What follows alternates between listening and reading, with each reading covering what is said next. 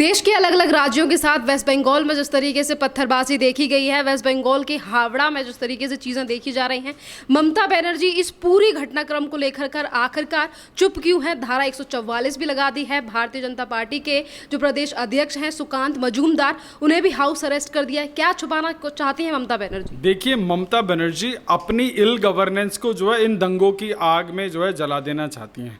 ममता बनर्जी और उनकी पार्टी माँ माटी मानुष की बात करती हैं, और जब से उनके राज्य में चुनाव हुआ, चुनाव से पहले से हमने देखा माँ उनके राज्य में सुरक्षित नहीं है। माटी को किस प्रकार से वहाँ जो है रौंद दिया जा रहा है, और मानुष के शरीर की, उसके सर की कोई कीमत नहीं है। वहाँ पे अपने विपक्षी पार्टी के लोगों को कैसे जो है उनके यहाँ उनके पार्टी के समर्थक, उनके पार्टी के लोग किस प्रकार से जो है कभी किसी को कहीं लटका दिया जा रहा है, कहीं पे कुछ हो रहा है, कहीं किसी के पार्टी के कार्यकर्ता के घर में से बम फूट रहे हैं। वर्क फ्रॉम होम का जो जीता जागता उदाहरण जो है वहाँ बंगाल में देखने को मिला है। हर हफ्ते 10 दिन में कहीं ना कहीं खबर आ जाती है कि भैया किसी के घर में बम फट गया, क्योंकि वो अपने घर में ही बम बनाने का कारखाना चला रहा था। तो जो लोग अपने राज्य को जो है गर्त में ढकेल रहे हैं, उनके वो कर क्या रही हैं?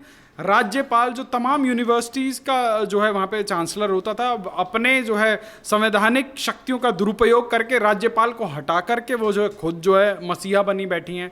और जब वो चुनाव के वक्त जो है अपनी टूटी टांग लेकर पूरे प्रदेश में घूम रही थी, 10 साल में उन्होंने इतना विकास किया कि जो है जहाँ पे उनकी टांग सो कॉल्ड टूटी थी, वहाँ पे एक सुपर स्पेशलिटी हॉस्पिटल नहीं मिला उनको, और वो टांग लेके उनको जो है एक ग्रीन कॉरिडोर बना के कलकत्ता लाया गया। तो जो लोग विकास नहीं कर पा रहे, जिन लोगों की राजनीति सिर्फ तुष्टिकरण है, ममता बनर्जी हैं कौन? तृणमूल कांग्रेस क्या है? तृणमूल कांग्रेस भारतीय राष्ट्रीय कांग्रेस का ही जो है एक नया वर्जन है कि भाई सोनिया गांधी से क्यों अलग हुए थे, कि विदेशी मूल का नारा था। तारिक अनवर, शरद चिचा और ये तीनों चारों लोग ही तो पार्टी तोड़ के जो है अलग निकले थे। तो उन्हीं सोनिया गांधी की थाली में बैठ के एक साथ माल चटका रहे हैं। यूपीए 1, यूपीए 2 उसी के गठबंधन का हिस्सा रहे।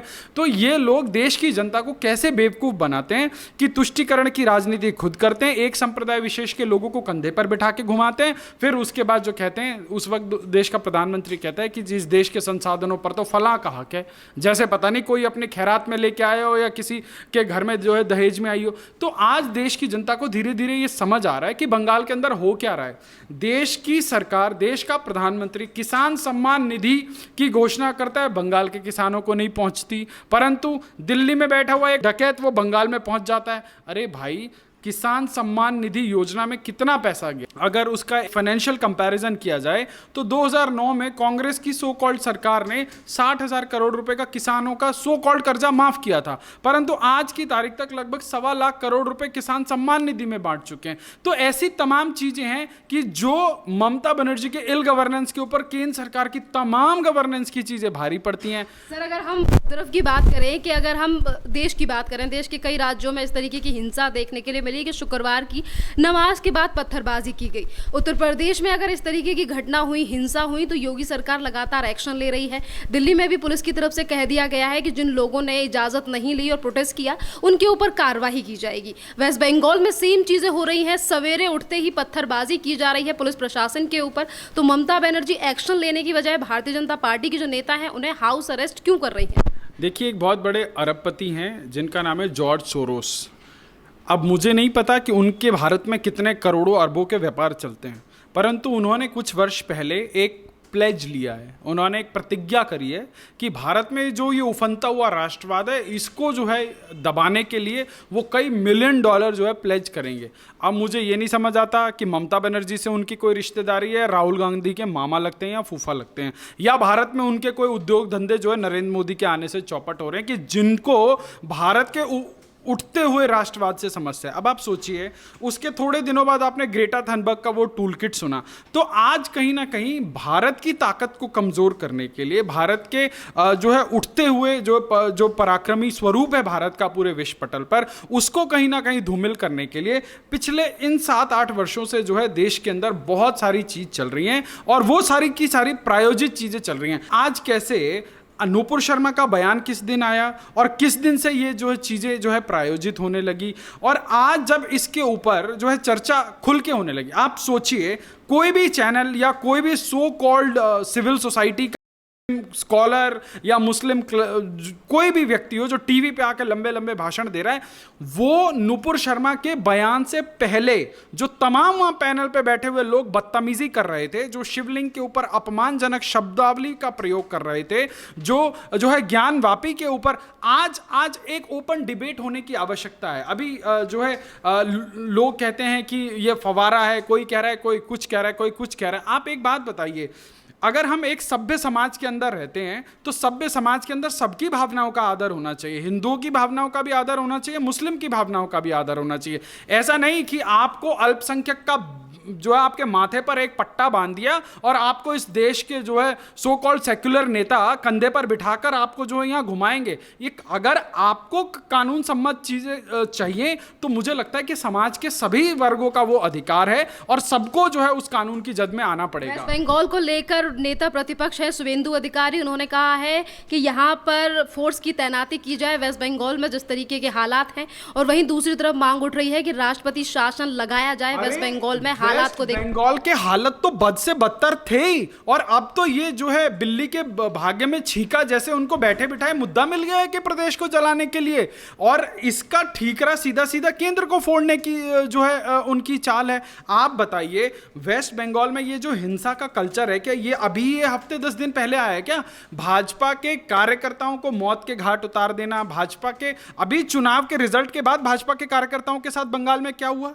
क्या देश के ह्यूमन राइट्स कमीशन को नहीं पता? क्या देश के मानवाधिकार आयोग को नहीं पता?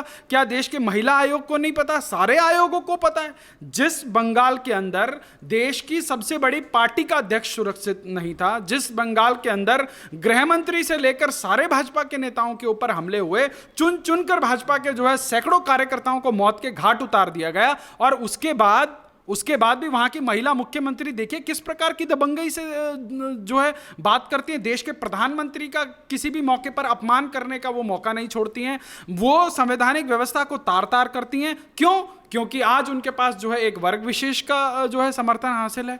आप सोचिए किस प्रकार की तुष्टीकरण की राजनीति हो रही है, और उसके बाद जो है प्रधानमंत्री के कार्यक्रमों में वो नहीं आएंगी तो 5 मिनट से पहले भाग जाएंगी, उसके बाद स्टेज से कैसी अमर्यादित भाषाओं का वो प्रयोग करेंगी, आके जो है अपने प्रेस कॉन्फ्रेंस में वो किस प्रकार की बातें करती हैं। और आज देखिए आज क्या हो रहा है, आज वहाँ पर रूलिंग पार्टी के स्टेट प्रेसिडेंट को हाउस अरेस्ट कर दिया जा रहा है, उसको जो है हावड़ा तक जाने नहीं दिया जा रहा है। और आप क्या करेंगी? आप यहाँ दिल्ली भी आ जाएंगी, देश के सभी कोने में पहुंचेंगी, जहां पे मतलब आपको कानून की सभी सुविधाएं मिलनी चाहिए, परंतु आपके जो विपक्षी दल हैं, आप उनकी आवाज जो है दबाने का प्रयास करेंगी, आप उनकी जो है सारी की सारी संवैधानिक व्यवस्थाओं के ऊपर जो है हनन करेंगी, और उसके बाद आप चाहेंगे कि देश की जनता जो है आपका सपोर्ट करे। देखिए दीदी, ऐसे नहीं चलता। हाँ, जितने दिन तक चल रहा है उतने दिन तक चला लीजिए, क्योंकि जनता भी बहुत दिनों तक जो है ये ड्रामा सहने वाली नहीं है। अच्छी बात है, आज आप सरकार में हैं, सत्ता तो किसी की सगी हुई नहीं। 30 साल तक कम्युनिस्ट वहाँ पर सत्तासीन होकर बैठे रहे, उन्होंने क्या रक्तपात मचाया। इतिहास में जो है वो रक्त रंजित उनका इतिहास चीख चीख कर उनके इतिहास को बताता है। आप भी 10 साल का शासन पूरा कर चुकी हैं, आपका तीसरा टेन्योर है। जनता आपसे भी ऊब जाएगी, आपको भी जो है ठिकाने लगा देगी जनता। ये भी है कि ममता बनर्जी की तरफ से एक बयान सामने आया है, जिस तरीके से हावड़ा से लेकर तमाम जगहों पर वेस्ट बंगाल में धारा 144 लागू कर दी गई है, इंटरनेट सेवा को ठप कर दिया गया है। इस पर ममता बनर्जी ने कहा है कि झूठी अफवाहें ना फैलाए जाएं, इसीलिए इंटरनेट को ठप कर दिया गया है। अगर इस तरीके की चीज़ें केंद्र सरकार की तरफ से 2019 में जम्मू कश्मीर में की गई थी, जब धारा 370 को हटाया था, तो विपक्ष की तरफ से कहा गया था कि सच्चाई छुपाने की साजिश की जा रही है, बल्कि वो मामला शांति का था। पर आज अगर पुलिस के ऊपर पथराव किया जा रहा है, तो इन चीज़ों को लेकर ममता बनर्जी इस तरीके के बयान क्यों दे? अरे पुलिस पर कहाँ पथराव हो रहा है? बंगाल के अंदर वहां पे दंगे हो रहे हैं, बिल्डिंगों को जलाया जा रहा है, रोड पे आग लगाई जा रही है, पुलिस वाले लठ में ऐसे टेक लगा के खड़े हैं जैसे पिकनिक मनाने आए हो।